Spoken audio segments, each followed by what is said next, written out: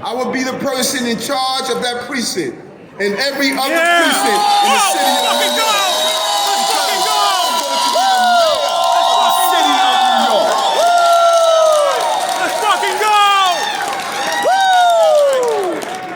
There may be a young person out there right now that believe they're not smart enough to go to college and to succeed.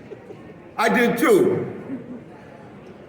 But I overcame a learning disability and went to college and was able to obtain my degrees. And now, I will be the mayor in charge of the entire Department of Education.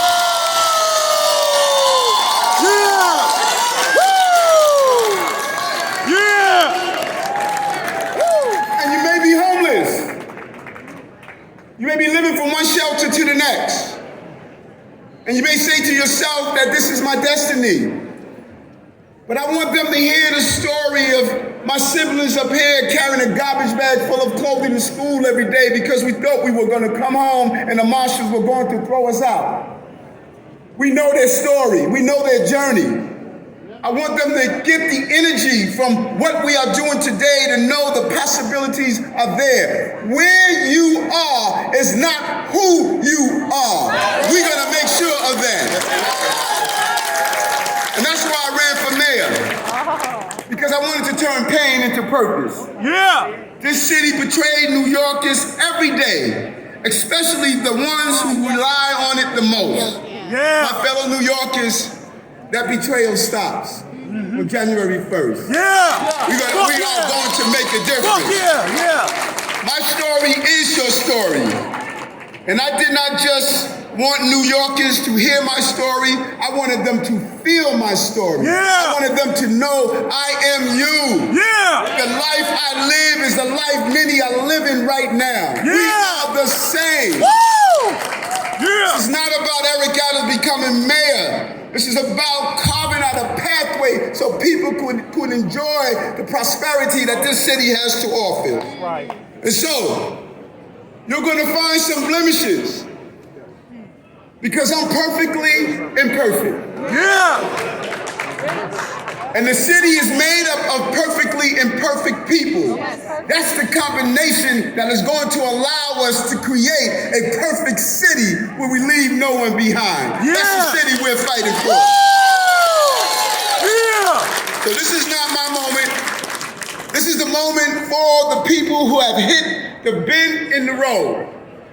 A bend in the road is not the end of the road as long as you make the turn. Tonight, we are going to make the turn and take our city in a new direction.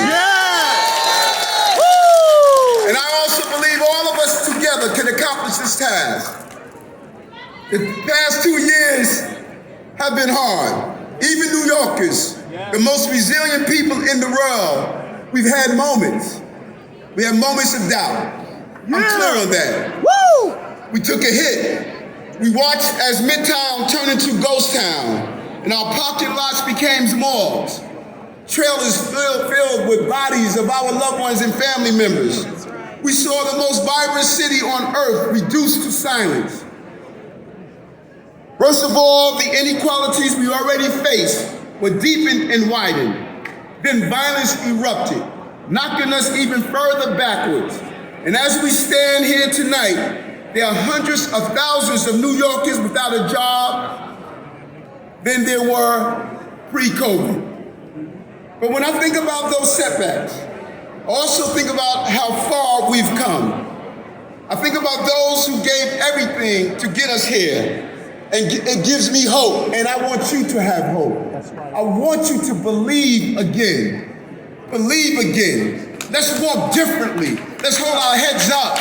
Let's have a step in our pace because we are New Yorkers. We must believe in who we are. So I think about Percy Sutton. I think about Shirley Chisholm, and David Dinkins, and Dennis DeLeon. I think about Larry Kramer. I think about Peter Yu. Those were revolutionaries who won wars without firing one shot. I think about my fellow officers and firefighters every day. New Yorkers who lost their lives saving others from the Twin Towers. And let me be clear on this. I'm not creating a division between my firefighters, my police officers, my EMT, my teachers, my other civil servants. We are in this together. We will find a way to get through this together. No division, no division. I think about the nurses and hospital workers who went to their job every day during the height of COVID, rising above the fear and uncertainty. And the reason I know so well what they were doing, because when others fled, I led. I went to those hospitals, I visited them, I delivered PPEs and food. I was with my TA employees. I was on the ground with them to let them know I'm not elected to be served. I'm elected to serve. I'm going to serve the people of the city.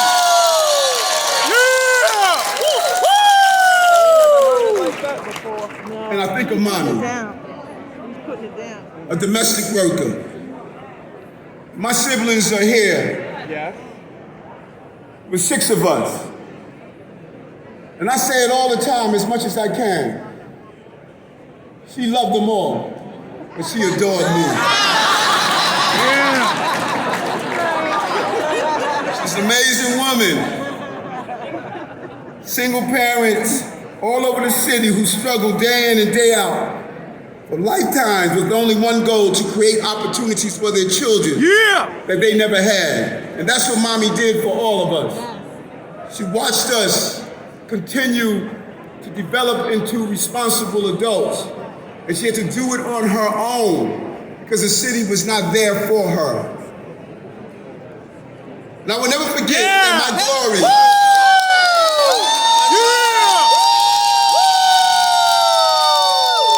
And I will never forget my glory. My glory is not my story. I only had a badge as a cop because my mom used a rag and a mop to create a better future for me. I think about those heroes of New York and I'm inspired. I'm lifted up on the wings of their spirit. And I'm reminded that we owe them a great debt of gratitude that can only be repaid with our belief in each other and our city. We will betray those who are on the front line for us. If we don't believe in the greatness of this city, they sacrifice themselves because they believe in that. Now is our opportunity to once again believe in who we are. We would need the strength. We face a 3-headed crisis. We are fighting COVID, crime, and economic devastation all at once. So we're going to invest in each other. We are going to lift up those who are struggling with child care, health care, and affordable housing. We're going to launch an unprecedented job program to link out-of-work New Yorkers not just with jobs, but with skills and training. And we're going to talk, here it is, because this is very important. We're going to talk to the CEOs of our city's biggest corporations and ask them to offer paid internships to students from undeserved communities. Listen, folks. We have to get this out of our head that our CEOs in this city don't want to participate in the uplifting of our inner city. The problem is, we haven't gone there and asked them to do so. So it's time to build bridges that we've destroyed in the past. We need each other. That's what we need in the city. But to turn our economy around by reaching our hand out to the business world to grow the companies we have here while attracting new emerging industries, life sciences and cybersecurity, and with a blue-collar green jobs initiative that boosts our economy while making our city more resilient. Every job we create in corporate America must be a pathway and pipeline to the inner city. There's some talent in NYCHA. Just get out of the way and give them the opportunity to build these jobs in the city. And we're going to do this, particularly for the women who are in this room. We want universal child care. Child care. We all know what happened when mothers stay home to raise their children. Their careers are stymied. They don't get promoted. They don't get the opportunity. Our child care, universal child care, is not going to be daycare of just sitting in a room somewhere watching TV. We're going to build develop these young minds before they get to pre-K and 3K.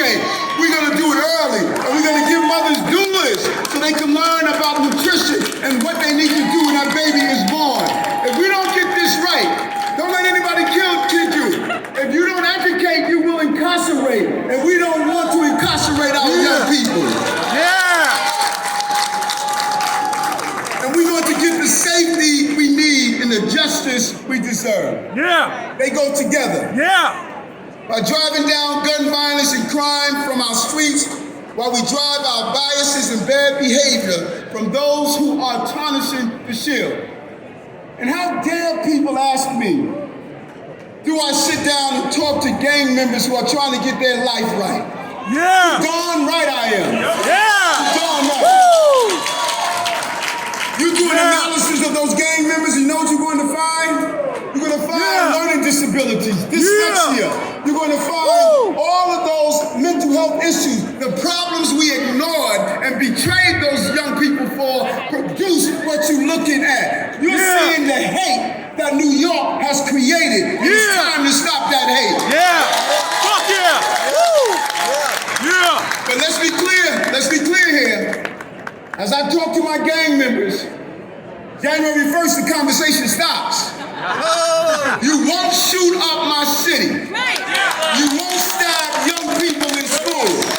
You won't sell drugs and guns on my street. I am extending an opportunity to get out of gangs and get in a job, get in a school, become gainfully employed. We're not going to just talk about safety. We're going to have safety in our city. If we do these things, then New Yorkers will be able to fulfill their dreams.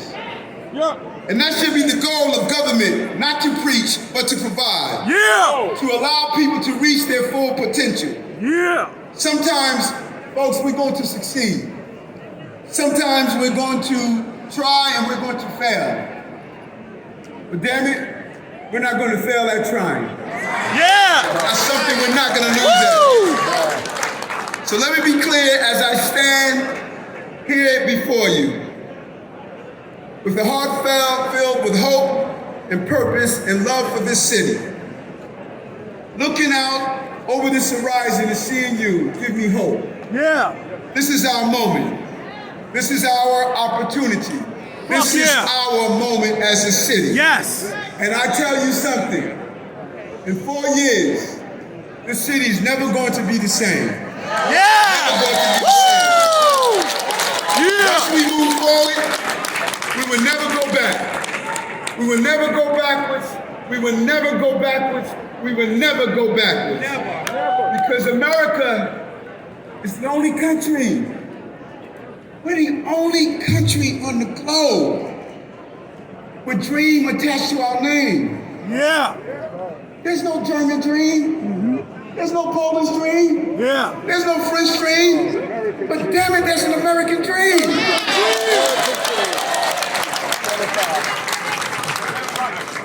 You don't leave a nightmare to come live in a nightmare. We have to allow those 10 million dreams to come alive and to benefit from what this country has to offer. And January 1st, that's the promise. That's what we will accomplish. So tonight, I have accomplished my dream.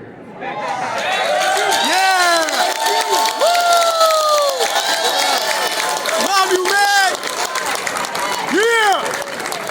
And with all my heart, I'm going to remove the barriers that are preventing you from accomplishing yours. And if I'm allowed to say, in the words of one of the most famous Brooklynites, the owner of Snapple Soft Drink, we are going to win. Because we are made up of the best stuff on earth. We are